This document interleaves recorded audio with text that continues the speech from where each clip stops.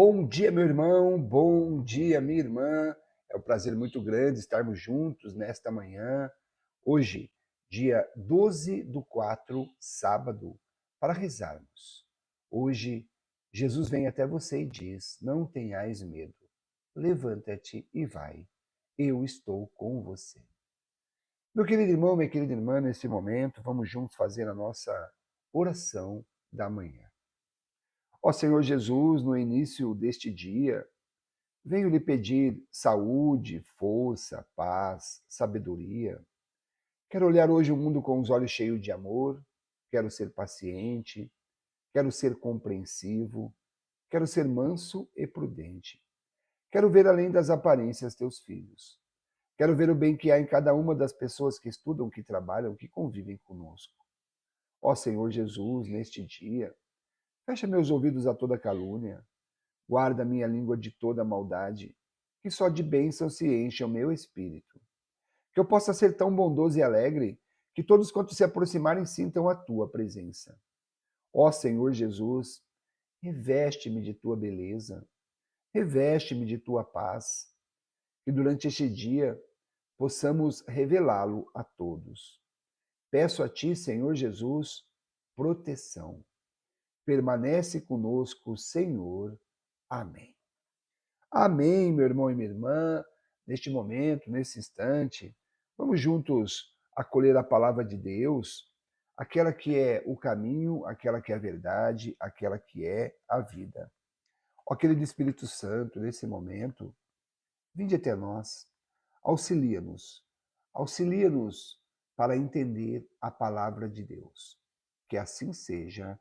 Amém. O evangelho de hoje está em João, capítulo 11, versículos do 45 ao 56. Diz assim a palavra de Deus às nossas vidas. Naquele tempo, muitos dos judeus que tinham ido à casa de Maria e viram o que Jesus fizera, creram nele. Alguns, porém, foram ter com os fariseus e contaram o que Jesus tinha feito. Então, o sumo sacerdote e os fariseus reuniram o conselho e disseram: O que faremos? Este homem realiza muitos sinais. Se deixarmos que ele continue assim, todos vão acreditar nele, e virão os romanos e destruirão o nosso lugar santo e a nossa nação. Um deles, chamado Caifás, sumo sacerdote em função daquele ano, disse: Vós não entendeis nada. Não percebeis que é melhor um só homem morrer pelo povo do que perecer a nação inteira? Caifás não falou isso por si mesmo. Sendo sumo sacerdote em função daquele ano, profetizou que Jesus iria morrer pela nação. Não só pela nação, mas também para reunir os filhos de Deus dispersos. A partir desse dia, as autoridades judaicas tomaram a decisão de matar Jesus. Por isso, Jesus não andava mais em público, no meio dos judeus. Retirou-se para uma região perto do deserto, para a cidade chamada Efraim. Ali permaneceu com seus discípulos. A Páscoa dos judeus estava próxima. Muita gente do campo tinha subido a Jerusalém para se purificar antes da Páscoa. Procuravam Jesus e, ao reunir-se no templo, comentavam entre si: O que vos parece? Será que ele não vem para a festa? Esta é para nós palavra da salvação. Glória a vós, Senhor. Que a palavra do Santo Evangelho perdoe os nossos pecados. Amém. Amém, meu irmão e minha irmã. Vamos refletir um pouquinho sobre a palavra de hoje. Percebemos ali os judeus, os fariseus se reunirem, né? Percebemos ali a trama acontecendo. Mas antes desta trama acontecendo, uma trama de maldade, uma trama de destruição, uma trama de inveja, de ciúmes, antes que tudo isso aconteça, perceba que tudo começa com uma visão. Há uma visão. Alguém olha Jesus fazendo milagres, ofertando sinais. Perceba que nesse instante, por essa visão, quando as pessoas olham, né, diz a palavra de Deus, viram o que Jesus fazia. Alguns gratos à gratidão humana, outros já com o olhar do reparo. Perceba, meu irmão e minha irmã, que aonde frequentamos, aonde vamos, muitas vezes nós temos o olhar da gratidão e muitas vezes temos o olhar do reparo. E a visão com o olhar do reparar, muitas vezes ela está muito mais linkada à maldade do que à bondade. É exatamente isso que aconteceu naquela época. As pessoas que estavam vendo os sinais de Jesus, algumas delas, olhavam, na verdade, com o olhar do reparo. Reparavam, pensavam, comparavam. Não estava ali com o coração grato de tudo o que acontecia, de toda a obra de Deus perante a humanidade, de toda a obra de Deus perante aquelas pessoas da época. Não, eles estavam ali reparando. No segundo momento, depois da visão do reparo, surge a fofoca. É exatamente isso que acontece naquela época. Repare que a palavra de Deus diz, reporta-nos, dizendo que eles saíram após olhar os sinais de Jesus, ou seja, eles estavam ali olhando com reparo, eles estavam reparando, eles estavam comparando. E aí, quando eles acabam de olhar com esse olhar do reparo, diz a palavra de Deus que eles foram aos fariseus. Ou seja, eles encontraram até motivação de sair do seu status quo, ou seja, do seu estado atual, e ir ao encontro dos fariseus para contar aos fariseus o que Jesus tinha feito. Sabe como chama isso, meu irmão e minha irmã? Fofoca. Fofoca que vive em nosso meio a todo instante. Fofoca que muitas vezes eu e você fazemos e não podemos fazer. Porque a fofoca está muito mais próximo do mal do que do bem. Vimos isso naquela época. As pessoas que estavam ali, que colocaram aquele olhar do reparo, que não tinham ali um coração grato a tudo que estava acontecendo, muito pelo contrário, que conseguiram ali comparar, correram. Eles foram ao encontro correndo aos fariseus para contar. Contar o quê? Contar os sinais que tinham visto de Jesus. Vocês acham que isso é para louvar, para agradecer, para trazer os judeus ali para junto de Jesus? Não. Isso era para mostrar, mais ou menos no processo de comparativo. Olha, vocês vão perder o poder, porque aquele que está lá está atraindo o povo e conquistando pessoas. Este era o sentido de fofoca. Quantas vezes a fofoca reina em nossos meios? Quantas vezes você já foi alvo de fofoca? Falaram de você, das suas atitudes, dos seus comportamentos, falaram das suas escolhas, das suas roupas, falaram por você ter e muitas vezes até mesmo por você não ter. E quantas vezes você fez isso com outras pessoas? Por isso a fofoca está muito mais próximo do lado inimigo do que do lado do bem, do lado de Deus. Perceba que Deus não fofoca. Perceba que Jesus em nenhum momento fofocou. Muito pelo contrário. Perceba que aquelas pessoas à época, quando correm através da visão do reparo, que o grande problema é a nossa visão do reparo. O grande problema é nós estarmos no ambiente, estarmos reparando as coisas. E muitas vezes não estamos vivendo os ambientes. E quando reparamos, muitas vezes corremos a outras pessoas para contar. É exatamente isso que aconteceu naquela época. Aí surge a inveja do poder. Uma inveja que ela é doentia, que ela gera ciúmes, que ela gera sentimentos de ódio, de rancor, que ela caminha para um sentido contrário ao amor. Enquanto o amor está de um lado, esse sentimento da inveja, dos ciúmes, da raiva, do rancor, do ódio. Totalmente inverso do amor. Ao ponto deles reunirem-se para discutirem o que fariam. E ali estavam uma roda de fofoqueiro, reunindo-se. O que faremos? Porque não pode ficar assim. E a outra pessoa, eu vi, se vocês não fizerem nada, pode acontecer. Então o que nós faremos? Porque se nós ficarmos assim, perderemos o nosso poder, o nosso trono. Não podemos ficar omissos nessa situação. E aí tudo aquilo que você pode imaginar que foi acontecendo nessa roda. Porque eles reuniram-se. Reuniram-se judeus, reuniram-se fariseus, reuniram as pessoas que viram os sinais de Jesus. E ali tudo foi sendo inflamado. E a inveja do poder começou a instaurar no coração daquelas pessoas. Perceba, meu irmão, que diziam que ele realiza muitos sinais. Perceba que diziam, todos vão acreditar nele. Perceba que diziam, se não tomarmos nenhuma atitude, destruirão o nosso lugar. Nesse momento, um sentimento surge. Um sentimento coletivo de afastar Jesus deles. Um sentimento coletivo de sumir com Jesus, tirar Jesus do contexto. E nesse momento, Caifás levanta-se e diz, é melhor um só morrer. A condenação de Jesus se estabelece pelas palavras de Caifás. Ou seja, ali já havia uma sentença determinada. E aí, a partir dali, surge aquilo que nós chamamos de trama. Fácil de ser entendido por mim e por você. Todo o poder da época ali, fariseus, judeus reunidos, justamente para o povo da época, para tramar. Ou seja, as autoridades judaicas tomaram a decisão de matar Jesus, é o que diz a palavra de Deus. Como tudo isso começou?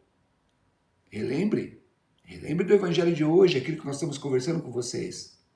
Tudo isso começou com uma visão, chamada visão do reparo. Pessoas que viam os sinais, reparavam o que Jesus fazia, comparavam com aquilo que conheciam e não estavam ali de coração grato. Muito pelo contrário, estavam ali para reparar. A partir daí surge a fofoca, tanto que eles correm para contar, tanto que eles vão até o encontro de outras pessoas, as quais eles sabiam que não iriam gostar. E aí eles contam os sinais, contam o que Jesus tinha feito. E a partir daí a inveja vem, os ciúmes vêm, os sentimentos vêm, a decisão surge e a trama acontece. Meu querido irmão, minha querida irmã, tudo isso aconteceu naquela época, mas tudo isso repete-se em nossa época. Perceba que muitas vezes a visão do reparo, ela provoca a fofoca, que provoca ciúmes, que provoca inveja, que provoca sentimentos, que provoca decisões. Por isso é importante eu e você atentarmos, cuidarmos das nossas visões. Se você pertence a uma comunidade, a uma igreja, e se você vai até esta igreja, vai com seu coração grato, vai para viver os momentos, não vai para reparar no que está acontecendo, não vai para reparar no que falaram e não falaram, no que fizeram e não fizeram. Se estamos agindo dessa forma, reparando, olhando, observando, correndo contar para outras pessoas, o que estamos fazendo, na verdade, é o que aquelas pessoas fizeram à época. Repararam e fofocaram. E a fofoca foi o início daquela atitude, daquelas pessoas que detinham um determinado poder, justamente reunidos ali com o povo, justamente para destruição. Eu e você não podemos fazer isso. Somos cristãos. Temos o nosso grande mestre chamado Jesus Cristo, que nos ensina com seus gestos, com suas atitudes, com seus exemplos e também com sua palavra a amarmos uns aos outros. Eu e você não podemos ser fofoqueiros nos meios aos quais nós estamos. Não podemos ter olhar de reparo nas pessoas. Se importe menos com o que está acontecendo entre as pessoas. Alimente mais a tua relação para com Deus. Vai até uma igreja, vai até uma comunidade. Viva os momentos com Jesus. Viva os momentos com o Espírito Santo. Viva as relações intensas com Deus. Se lá não está perfeito, não importa. E não é para estar perfeito mesmo. Até mesmo porque uma igreja, um templo é feito para pecadores. Por isso, importe-se menos com as coisas que vão acontecendo. Não dispute poder. Não fique bravo porque uma pessoa está no comando. Não queira o comando a todo tempo, muito pelo contrário. Se você detém um comando dentro de um templo, dentro de uma igreja, oferte a outras pessoas. Seja o último para ser exaltado. Não busque ser o primeiro a todo momento. Perceba que é necessário que as nossas relações com Deus se cresçam, se estabeleçam e os nossos olhar de reparo diminuam, olhar de gratidão. Esse é o ponto fundamental. Por isso eu e você, através deste evangelho, podemos aprender com os judeus, podemos aprender com os fariseus, podemos aprender com as pessoas à época que tinham esse olhar do reparo, para que eu e você não façamos as mesmas coisas. Olhemos Jesus como nosso modelo, porque quando seguimos esse modelo chamado Jesus, temos uma única certeza. Se durante o percurso não estiver bom, eu tenho a certeza e passo a você. No final do percurso será maravilhoso. Tenha certeza. Quando seguimos a Jesus Cristo, nos aproximamos do reino dos céus. Louvado seja nosso Senhor Jesus Cristo, para sempre seja louvado. Salve Maria, salve Maria. Meu querido irmão, minha querida irmã, neste momento, nesse instante, vamos juntos fazer a nossa oração pedindo proteção divina. Ó Senhor Jesus, nesse instante, humildemente recorro a Ti para pedir proteção divina. Peço a Ti, Senhor, que Tu nos ajude a não ter o olhar do reparo. Peço a Ti, Senhor Jesus, que Tu nos ajude a não falar de outras pessoas, a não fofocar. Peço a Ti, Senhor Jesus, que nós olhemos o mundo de uma forma mais pura, mais santa, que nós possamos intensificar os nossos momentos contigo. Peço também a Ti, Senhor Jesus, que Tu nos oferte nesse dia proteção. Eu preciso de proteção. Você que reza comigo, repete: eu preciso de proteção. Sabemos, Senhor Jesus, que não há conversão sem que haja abertura de coração. Por isso, ajude-nos a abrir os nossos corações para receber a Tua graça. Pedimos também que o Espírito interceda pelos santos e anjos de acordo com a vontade de Deus. Sabemos que se alguém encontra um anjo favorável, um intercessor, este suplicará a Deus que o atenderá. Por isso, meu irmão e minha irmã, nesse instante, nesse momento, coloque pessoas que você ficou de rezar, traga pessoas que você ama e você estima, pessoas que você vai ter contatos e conviver hoje. Ó Senhor Jesus, trago a Ti nesse momento todas as pessoas que pediram minhas orações, cada uma delas, Senhor Jesus. Trago a Ti também todas as pessoas que estive ontem na reunião. Trago a Ti, Senhor, também todas as pessoas que pediram as minhas orações, que estão lá no meu WhatsApp, as mais de 450 pessoas que estamos rezando nessa semana. Coloco cada uma dessas pessoas a Ti, Senhor Jesus. Peço hoje a Ti que está no céu e faz tudo o que deseja, por amor da Sua misericórdia, por amor à Tua fidelidade, pelo sangue derramado na cruz, pelas lágrimas de Maria em frente à cruz.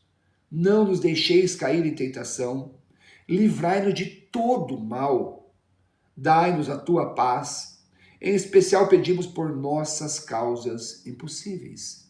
Meu querido irmão, minha querida irmã, neste momento, traga para Jesus Cristo, fale com Ele. Ele está contigo nesse instante, Ele te escuta. Fale com Ele qual é a sua causa impossível. Entregue a Ele e receba o seu fardo aliviado. Ó Senhor Jesus, alivia nossos fardos. Ó Senhor Jesus, eu entrego minha causa impossível a Ti, Senhor Jesus. Toca, purifica, cura, Senhor. Eu preciso de Tuas mãos sobre meu fardo, sobre minha cruz, sobre minha causa impossível. Entrego a Ti neste momento, Senhor. Tudo está em Tuas mãos, Senhor. Ajude-nos, Senhor. Humildemente peço isso pelas pessoas que se entregam a Ti. Pedimos também por nós, por nossos filhos, por nossos amigos, por nossa família. Amém. Amém, meu irmão e minha irmã. Neste momento, vamos juntos colocar os nossos corações gratos a Deus. Quantas coisas boas Deus tem proporcionado às nossas vidas. Por isso, nesse instante, meu irmão e minha irmã, rezemos um Pai Nosso, uma Ave Maria, em agradecimento a Deus, em agradecimento, em reconhecimento por todas as obras que Ele já fez, que Ele faz e que Ele ainda fará em nossas vidas. Ó Senhor, acolha nosso agradecimento nesse instante. Pai nosso que estais no céu, santificado seja o vosso nome, venha a nós o vosso reino. Seja feita a vossa vontade, assim na terra como no céu. O pão nosso de cada dia nos dai hoje, perdoai as nossas ofensas, assim como nós perdoamos a quem nos tem ofendido, e não nos deixeis cair em tentação, mas livrai-nos do mal. Amém. Ave Maria, cheia de graça, o Senhor é convosco, bendita sois vós entre as mulheres, e bendito é o fruto do vosso ventre, Jesus. Santa Maria, Mãe de Deus, rogai por nós, pecadores, agora e na hora de nossa morte. Amém. Glórias ao Pai, ao Filho e ao Espírito Santo, assim como era no princípio, agora e sempre. Amém. Ó meu bom Jesus, perdoai-nos, livrai-nos do fogo do inferno, levai as almas todas para o céu e socorrei principalmente aquelas que mais precisarem da vossa misericórdia, Senhor. Amém, meu irmão e minha irmã, amém. Como é bom estarmos juntos reunidos em oração. Desejo a todos vocês um abençoado dia. Também desejo que cada dia mais sejamos santos, sejamos anjos, cada dia um pouquinho, cada dia um pouquinho melhor do que ontem. Esse é o sentido da nossa vida. Meu querido irmão, minha querida irmã, que Deus o abençoe nesse dia grandemente. Abençoado dia, ótimo dia e tenha certeza, Deus está contigo. Até mais.